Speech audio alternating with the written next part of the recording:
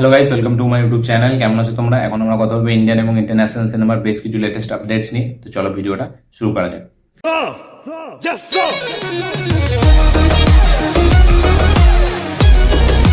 সব থেকে প্রথম যেটা আপডেট সেটা হলো সিকান্দার, যেটা সালমান খান আপকামিং সিনেমা ইয়ার মুরুগারাস যেটাকে ডিরেক্ট করেছে।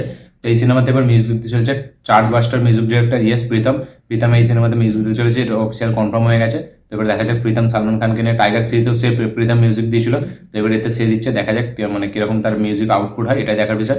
দেখা যাক কি হয়। প্রীতমকে আমরা সিকান্দার মুভিতে মিউজিক দিতে দেখতে পেতে চলেছি। আচ্ছা, পরের ব্যাপারটা কালকে 2898 এই সিনেমাটিকে নিয়ে। তো এই সিনেমাটি তেলেগু স্টেটে থিয়েটিক্যাল মানে রাইটস বিক্রি হয়েছে 185 থেকে 190 কোটি টাকা ইয়েস এর মধ্যে এই মানে থিয়েটিক্যাল রাইট বিক্রি হয়েছে। তবে দেখা যায় তেলেগু স্টেটে এই সিনেমাটি কতটা মানে কালেকশন করতে পারে। এবং কালকে 2898 একটা খুব ভালো হাইপ আছে সিনেমাটিকে নিয়ে। সায়েন্স ফিকশন ফিউচারিস্টিক সিনেমা, দেখা যাক সিনেমাটি কেমন হয়। তো এর থিয়েটিক্যাল রাইট 180 থেকে 190 কোটি টাকা তেলেগু স্টেটে বিক্রি হয়েছে। আজকে পরের ব্যাপারটা বাজ উঠে আসছে যে লোকেশ কানাডার যে আপকামিং ফিল্ম থালাইভার 171, যাতে আমরা রজনীকান্তকে লিড চরিত্রে দেখতে পেতে চলেছি। শোনা যাচ্ছে এই সিনেমাতে শ্রুতি হাসান রজনীকান্তের মেয়ের চরিত্রে আমরা তাকে দেখতে পেতে চলেছি। ইয়েস, এরকম একটা বাজ উঠে আসছে, পুরোপুরি কনফার্ম না। শ্রুতি হাসানকে মেবি আমরা এই সিনেমাতে দেখতে পেতে চলেছি। দেখা যাক কি হয়, অফিসিয়াল কনফার্মেশন কবে আসে। আজকে পরের ব্যাপারটা বলিউড থেকে। তো ফিল্ম মানে অনিল থাডানির প্রোডাকশন হাউস, তারা 4টে ফিল্মকে নর্থ ইন্ডিয়ায় মানে থিয়েটারিক্যাল রিলিজ দিতে চলেছে। ঠিক আছে, পুষ্পা 2, কালকি 2898 এডি, দেবরা এবং তার সাথে সাথে গেম চেঞ্জার, 4টে ফিল্ম তারা মানে রাইটস কিনে নিয়েছে। তো এবার এর মধ্যে যেটা রেকর্ড বিজনেস মানে রেকর্ড দামে কিনেছে সেটা হচ্ছে পুষ্পা 2। ইয়েস, 200 কোটি টাকায় থিয়েটারিক্যাল রাইটস কিনেছে নর্থে।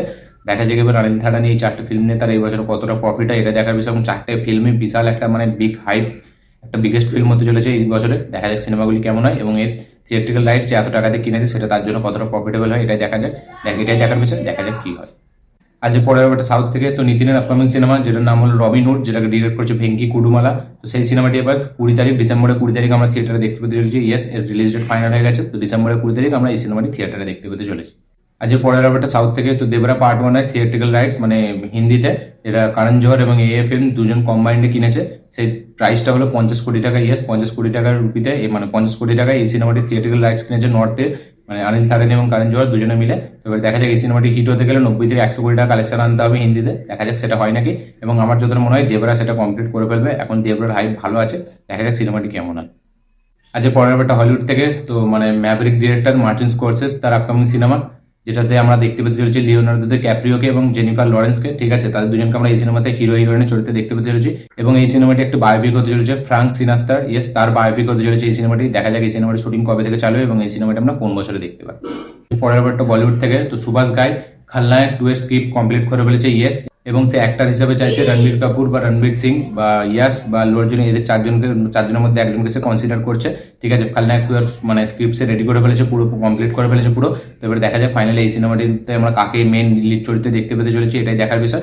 দেখা যাক কি হয় এবং এই 4জনের মধ্যে যাকেই নেবে, ঠিক আছে, 4জনই একটা খুব দারুণ একটা, ঠিক আছে, তার জন্য সুপারস্টার। দেখা যাক কাকে মানে ফাইনালাইজ করা হয়। এরকম আপডেট উঠে আসছে যে এদের 4জনের মধ্যে একজনকে কনসিডার করা হচ্ছে। দেখা যাক খলনায়ক 2 এর অফিসিয়াল অ্যানাউন্সমেন্ট আমরা কবে দেখতে পাই। আচ্ছা, পরের ব্যাপারটা সাউথ থেকে। তো কালকে 2898 এডির এই সিনেমাটি 5টা ল্যাঙ্গুয়েজে মানে 5টা ভাষার ডিজিটাল রাইটস বিক্রি হয়েছে 375 কোটি টাকায়। ইয়েস, এটা একটা হিউজ প্রাইস। ঠিক আছে, 375 কোটি টাকায় 5টা ভাষার ডিজিটাল রাইটস বিক্রি হয়েছে। তো এবার দেখা যায় এই সিনেমাটি ডিজিটাল মানে রিলিজ যখন হবে ওটিটিতে, সেইখানে মানে কিরকম মানে ভিউয়ারশিপ জেনারেট করে, এটাই দেখার বিষয়। দেখা যাক কি হয়। আজ পরের ব্যাপারটা পুষ্পা 2 এবং কালকি এবং দেবরা থেকে। তো হিন্দি ভার্সনে মানে হিন্দিতে এই সিনেমাটির রাইটস বিক্রি হয়েছে নর্থ ইন্ডিয়ায়। দেবরার 50 কোটি, কালকি 2898 এডি 75 কোটি এবং বিগেস্ট যেটা রেকর্ড সেটা হচ্ছে পুষ্পা 2 এর 200 কোটি টাকায়। কোনো হিন্দি মানে সাউথ ইন্ডিয়ান সিনেমার জন্য এই প্রথমবার হলো 200 কোটি টাকায় কোনো হিন্দি থিয়েট্রিক্যাল রাইটস বিক্রি হয়েছে। তারপরে দেখা যাক ফাইনাল এই সিনেমাটি হিন্দিতে কালেকশনটা কোন লেভেল আনে, এটাই দেখার বিষয়। দেখা যাক কি হয়। আজ পরের ব্যাপারটা বলিউড থেকে। তো রাজকুমার রাও তৃপ্তি ডিমরিকে আমরা একসাথে দেখতে পেতে চলেছি স্ক্রিন শেয়ার করতে। ইয়েস, এবং সেই সিনেমাটির নাম হলো বিকি বিদ্যা কা বউওয়ালা ভিডিও, এই সিনেমাটির নাম এইটা। ঠিক আছে, খুবই একটা বড় নাম এবং এই সিনেমাটি অক্টোবরের 11 তারিখ আমরা থিয়েটারে দেখতে পেতে চলেছি। তো তৃপ্তি ডিমরি এবং রাজকুমার রাও তারা দুজনে একসাথে কাজ করতে চলেছে এবং স্ক্রিন শেয়ার করতে চলেছে। তো এবার দেখা যাক সিনেমাটি কেমন হয়। আজ পরের ব্যাপারটা হলিউড থেকে। তো কুইন্টিন ট্যারান্টিনো তার যে লাস্ট মুভি হতে চলেছিল মুভি ক্রিটিক, যাতে আমরা ব্র্যাড পিটকে দেখতে পেতে চলেছিলাম।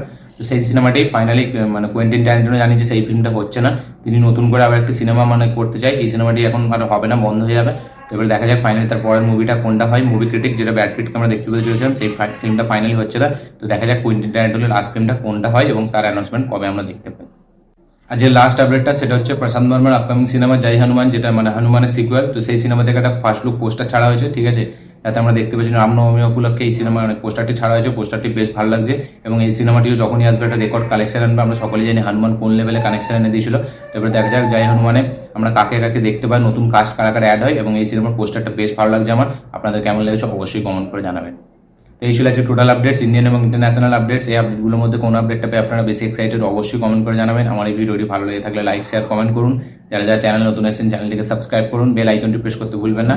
দেখা হচ্ছে পরের ভিডিওতে, ততক্ষণের জন্য বাই।